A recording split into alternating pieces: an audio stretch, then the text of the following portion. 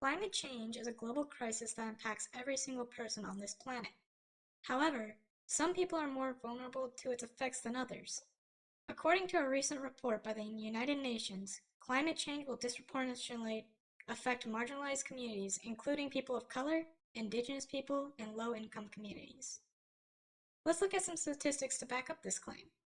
According to a report by the National Oceanic and Atmospheric Administration, or NOAA, African Americans are more likely to live in areas with higher levels of air pollution, which can cause respiratory illnesses and exacerbate asthma symptoms.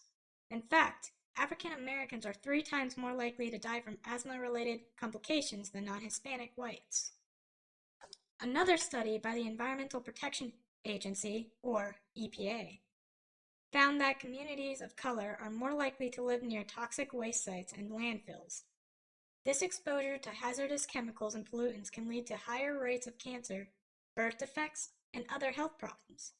Native American and Alaska Native communities are also disproportionately affected by climate change. These communities are more vulnerable to extreme weather events like floods and wildfires, which can destroy homes and infrastructure. In addition to health impacts, climate change also has economic consequences that affect different races unequally.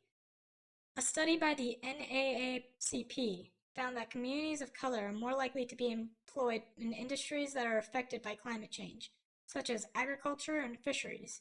These industries are at risk of collapsing due to extreme weather events and rising sea levels, which can lead to job loss and economic instability. So what can we do to address these inequalities? It starts with acknowledging that climate change is not just an environmental issue, but also a social justice issue. We must work to reduce greenhouse gas emissions and transition to clean energy sources, but we also must prioritize the needs of marginalized communities in our response to climate change. We can do this by investing in renewable energy and energy-efficient programs. In low-income communities, providing job training programs for workers in industries that are transitioning to clean energy and promoting green infrastructure projects in communities of color. In conclusion, climate change is a crisis that affects us all, but some people are more vulnerable to its effects than others. We must work to address these inequalities by prioritizing the needs of marginalized communities in our response to climate change.